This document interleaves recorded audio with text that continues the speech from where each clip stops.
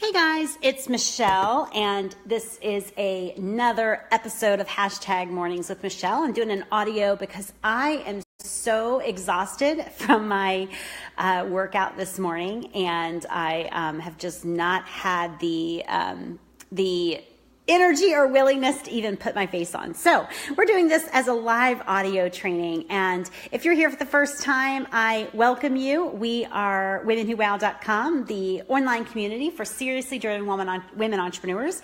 And if you are one of us and you're not a member, then you need to come on over and learn more about us at PlanetWOW.club, and or just private message me and ask me whatever questions that you have. But today we are talking about how to know 3 specific ways to know whether your website's a waste, right? Whether your website needs an overhaul or whether you need a new website.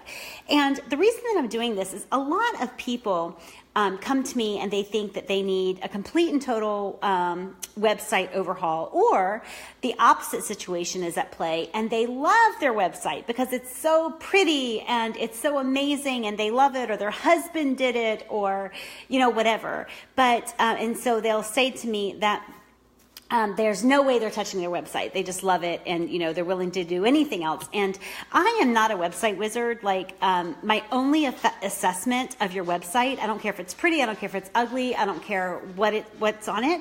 My only assessment of it is whether it is related to actually its ability to capture and convert leads. And so, and also for the record, like when I recommend a website overhaul, I usually will refer people to the guy who does my website, and I don't get one penny, not in terms of a discount, not in terms of kickback, no penny whatsoever. If you use the man or not, I just refer you to him because he's affordable and because he's just amazing at what he does. But there are 3 specific ways to know whether or not your website is really in need of an overhaul or not, right? And so here are the 3 things. Like if your website is doing these 3 things, then your website is in the throwaway waste category, and you might want to look at it. So number 1, if your website doesn't clearly speak to your target market in a way that allows them to know, 1, that you're speaking to them specifically, and 2, that you are the go-to solution for them, you're wasting money on your website, right? This has to do with positioning. And of course, like the words that you're saying to them, are you speaking their language? Do they know that you get them? Do they know that you're their people? Do they know that you can help them? So if your website isn't speaking deliberately and clearly to your target market, then you need to really take a new look at your website. Okay. Again, it doesn't matter if you love the images. It doesn't matter if you love the branding. It doesn't matter anything else. If these 3 things aren't hitting on all 4 cylinders, then your website is actually working against you, right? So the first one is, if it doesn't speak clearly to your target market, it needs an overhaul. The second thing is, if your website doesn't collect leads for you, you might as well take it down, right?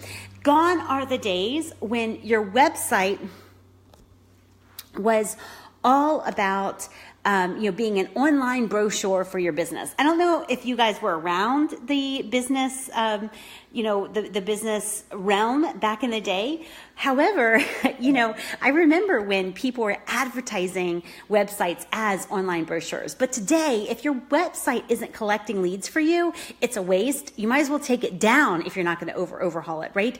And so a website that doesn't collect leads for you today is like an employee who shows up and does nothing, right? Your site can and should be like a well-trained employee that generates interest, baits the right market, educates them regarding working with you, and collects their name and contact information so that you can continue that conversation with them in the future, right? So have something on your website that is collecting leads. I don't care what you use. You can use Infusionsoft, Aweber, MailChimp, ConvertKit. You can use whatever you want. But if your website's not collecting leads for you, it needs an overhaul. And I'm not just talking about whether or not it is able to collect leads for you, right? Because that's one thing, right? Obviously, having the ability to collect leads is one thing. However, you also want to make sure that it is actually collecting leads for you. Still today, I get a notice every time someone joins my email list. I like to see those things come in. It's something that I measure in my business. It's something I pay attention to in my business, because what you pay attention to always improves.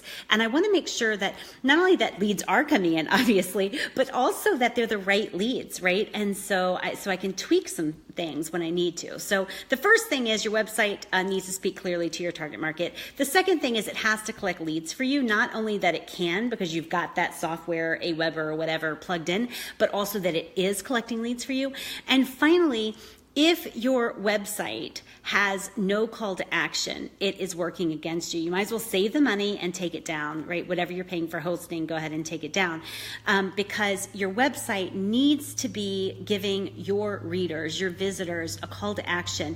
Essentially, a call to action is an invite through the front door of your business home, right? So your website is your front door, and you want to always invite people closer. Invite them to join your mailing list for like a upgraded piece of content. Invite them to contact you for a conversation. Invite them to private message you on Facebook, as I did at the beginning of this audio live stream. I invited you guys to private message me if you have any questions. And so you want to make sure that on your website, in the sidebar, in the blog post, in several different places on your website, you have a call to action that invites them further into your business than just that outer shell of your website. So those are the three things that should point you to a website overhaul if your website doesn't meet those requirements. Again, I'm no website wizard. I don't do websites. I don't make money off of doing websites, but it's a common question that women entrepreneurs ask all the time, and I wanted to address it in today's hashtag Mornings with Michelle. Looking really forward to visiting with you the rest of the week, and if you have any questions for me, definitely put them in the comments below. Talk with you soon. Bye.